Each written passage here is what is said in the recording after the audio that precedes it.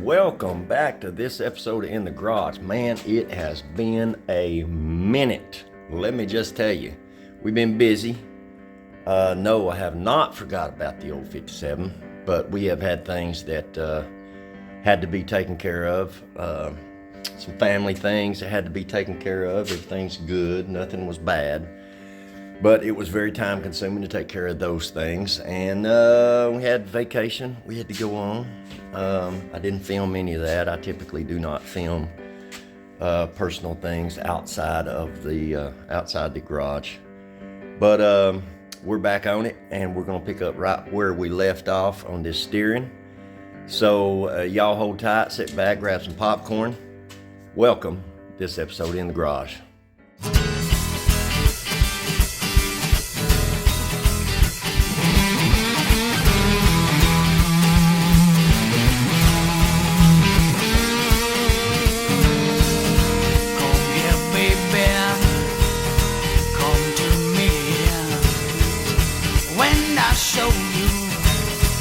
What red him in?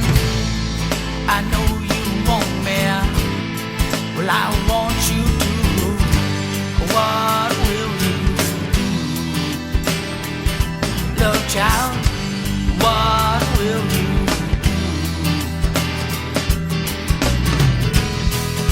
Don't be shy, sugar. Look me in the eye, girl. What's your pleasure? If you haven't seen the video before this one, I would suggest going and watching that video, and that will catch you up to where we're at right now.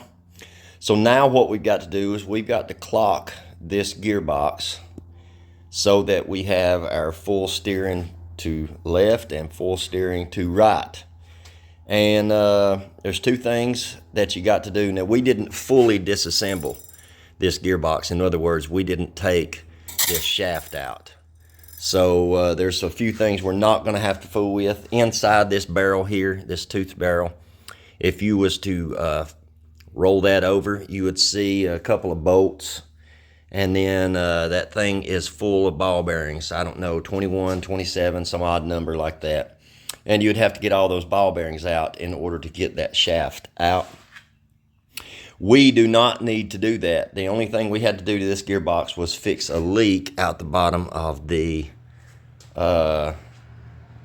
pitman arm shaft. So we've got that new seal, and so full disclosure, when I put this gearbox back together, it wasn't clocked correctly. So we had full steering to the right, but we had limited steering to the left. So got it back apart, and we're going to see if we cannot clock this thing. So two things that you need to do in order to clock these is, if you'll notice, one of these is this way, and if you watch inside, that barrel moves front to back. Also, you need to clock this the correct way.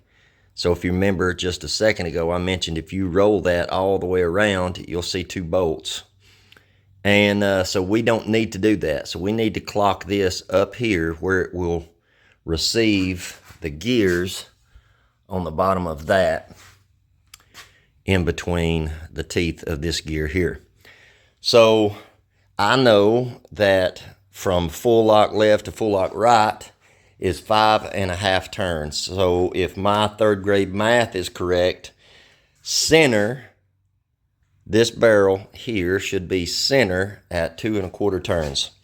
So that's where I've got this right now, at 2.25 turns, which puts that in the center. Now we need to roll this up a little bit so that it will receive the teeth. And let's see if we can get this thing back together. So if you don't have, like I was mentioning earlier, if you don't have that barrel clocked right, what will happen is these teeth, the bottom of these teeth, will stick out and hit in between these two teeth, or these two, whichever one. They'll hit way back here on this barrel, and they won't receive the teeth. So you got to roll this thing back a little bit so that you don't, well, I'll just show you. If you roll this too far forward and you go to set this thing in,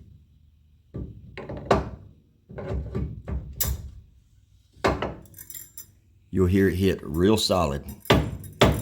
It will not receive the teeth, right? So what we'll do is we'll roll this down, or up rather, so that shoulder back here at the bottom of your teeth are back up out of the way, so that when we set this thing in here, it is more apt to receive the teeth.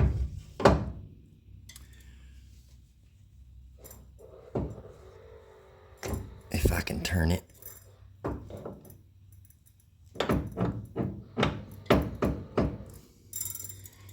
Get some of this grease off my hands.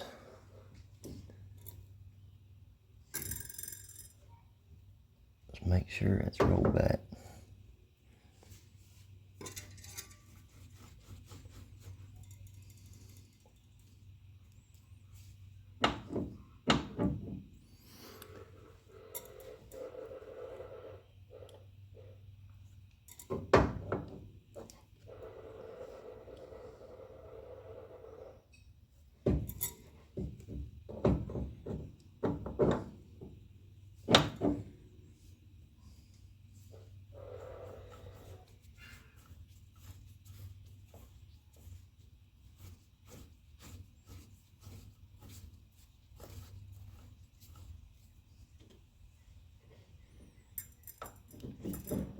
And yes, this is going to take you a minute. One, it's greasy and you can't hold on to nothing. But two, you can't really see that well. Try this again.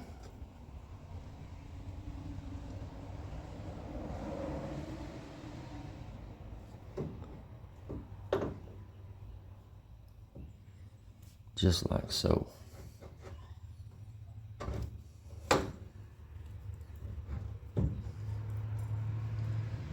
Just like that.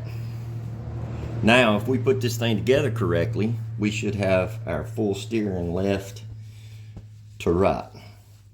So, let me get a couple of bolts in here real quick.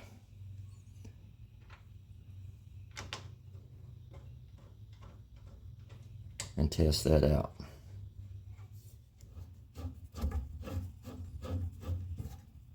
All the way to the right.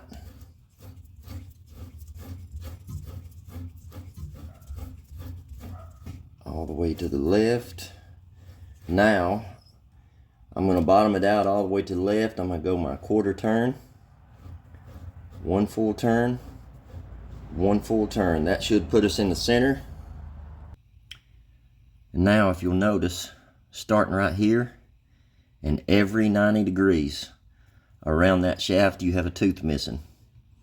And that's going to line up with that tooth that's missing there, and every 90 degrees you'll have a tooth missing. So now that that is done and that is done, we have our steering, which is pointed about in the center. So if we put this thing together right, then that pitman arm should line up with where our that thing that y'all should have left in the comments last video. So I'm gonna get you set up, and we'll see if this all lines up. All right, so I'm gonna put our seal on the bottom, and I'm gonna use the O-ring instead of this leather wrap. You can see that leather wrap is busted. Mainly because we're keeping grease in, we're not keeping a thin liquid. So I'll put the O-ring on the shaft first, and then I'll slide the housing up and encapsulate this O-ring like so, and then we'll tap this housing into place. It may seep, and if it does, that's wonderful. if you built a Chevrolet and it don't leak something, you did something wrong. You didn't build it right. And I can say that as a lover of Chevrolets, it's akin to bullying your own brother.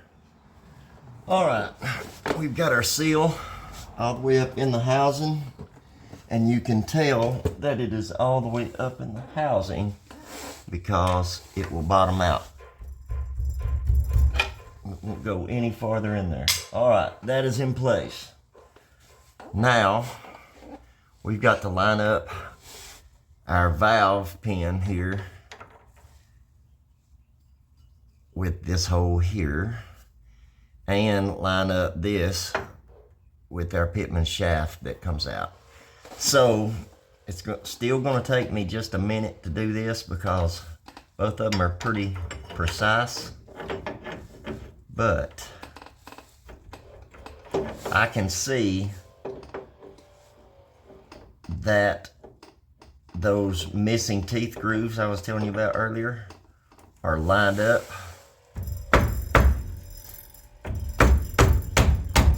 I do not want that to fall and hit me in the face. So I thought that I had, I already found out I did something wrong. We got to put this shield, that's a dust shield basically. All right, guy, we did this once, means we can do it again.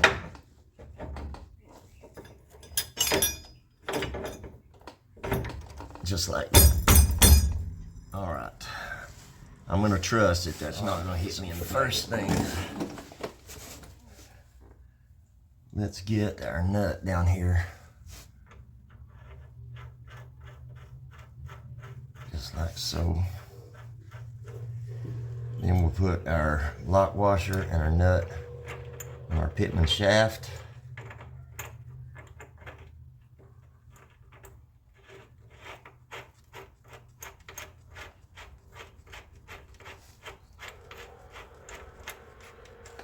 Just like so. We'll get those tightened up. We'll get a cotter pin through that, and we'll call this job done. Let's tighten this thing up. How tight, you might ask? Tight. I got a 3/4 inch ratchet here, and if you're wondering, that nut size is 1 3/8. And what you're doing is basically pressing that pitman arm onto your pitman shaft.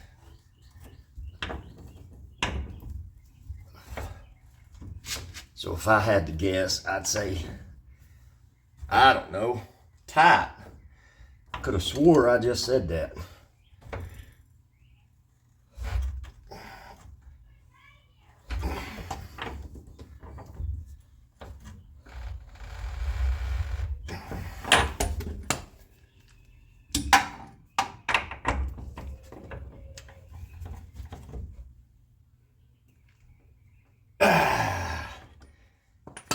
That'll work. All right.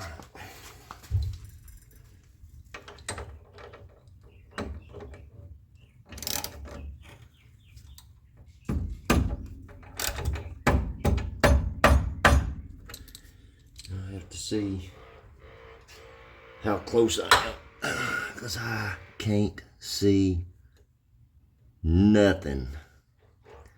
I probably should have looked at where that hole was. Hey, let's just use that one.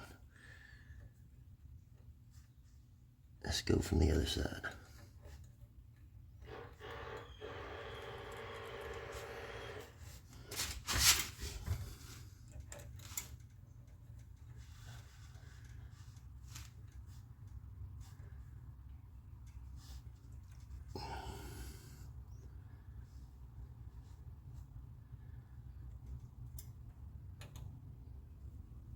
That'll work. Now we have our full steering left to right.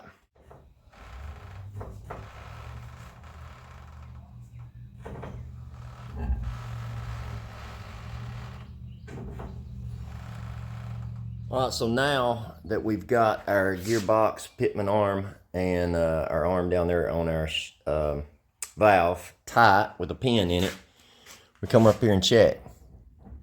All right, you see how much play we have in the steering? I don't know about you, but I don't want to go down the road with that much play in my steering. So we're going to have to adjust the mesh in between the gears inside that gearbox.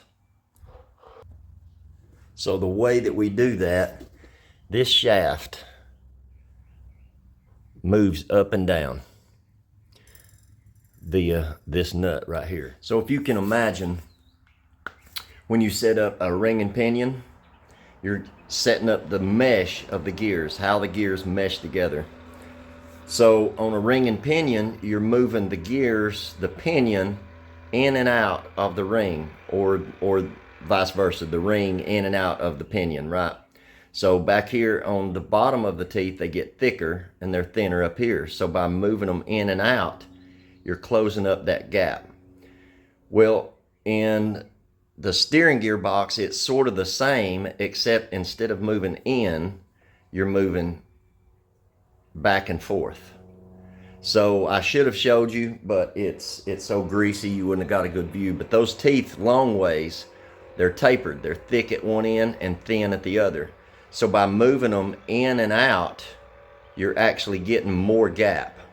So what we're going to do is we're going to, I can't think of whether they're thick at the top or thin at the bottom, but we're going to start pulling them up, and hopefully we'll close that gap up and get rid of some of that slop. What you're hearing is that slop.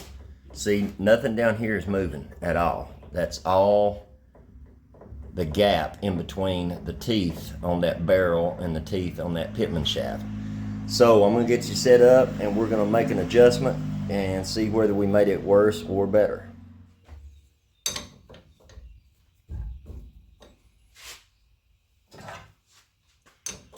All right, I'm going to turn this thing clockwise first, and let's see what we did. A little bit more.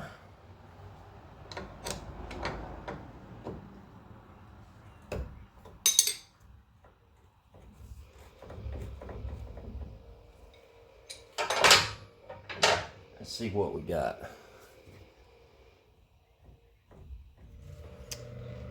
All right, now you see how much I'm moving that shaft? I'm going to zoom you in, and you'll be able to see that that pitman arm is moving. There's very, very little slack in there. And that's what we want.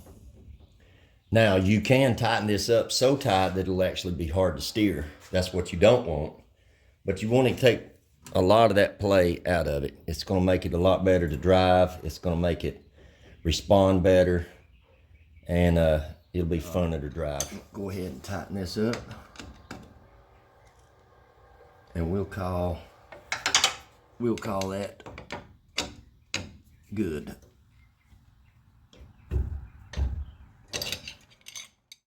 Y'all let me know down here in the comments whether I'm right or not. But I'm assuming, see, we have no way of telling whether any of this is any good or not, that valve or that cylinder, even though the cylinder has been rebuilt. Don't know if the valve is any good or not. I do have a replacement over there on the table that you can't see, which is, I don't know why I even pointed the camera there. But I'm assuming that from the power steering pump, fluid goes into our valve here, comes out of our valve here, comes out of our valve and goes into our cylinder here, comes out of our cylinder here, and goes back into the reservoir on the power steering pump. Now, like I said, leave it in the comments if that is not correct, because when I pulled this car apart, none of that was hooked up. So, I don't know. Y'all let me know in the comments. All right, so our wheels are good and straight. Our steering wheel is good and straight. And if you're a stickler like me, my OCD will not allow a crooked steering wheel. It just will not. My name is not Cletus. There's a couple of ways you can fix that. If your wheels are straight and your steering wheel is not, you can simply remove your steering wheel, and you'll notice you've got splined shaft. You might be able to rotate your steering wheel a little bit. Sometimes that won't work, but if that gets you too far to the right or too far to the left and it still bothers you, you got some adjustment right here. And of course, you have adjustment on the ends of each one of your outer rocker arms, so you can just twist your sleeve and fine tune that steering wheel where you want it. But I believe that is going to do it for this episode. I know it's been a long time since I made a video. Like I said at the beginning of the video, we have been really busy with taking care of things outside of the garage. But we're here, we're back, and if you haven't already, hit that subscribe button. Greatly appreciate it. Leave your comments, hit the thumbs up, and until next time, y'all go do some work. In your dream.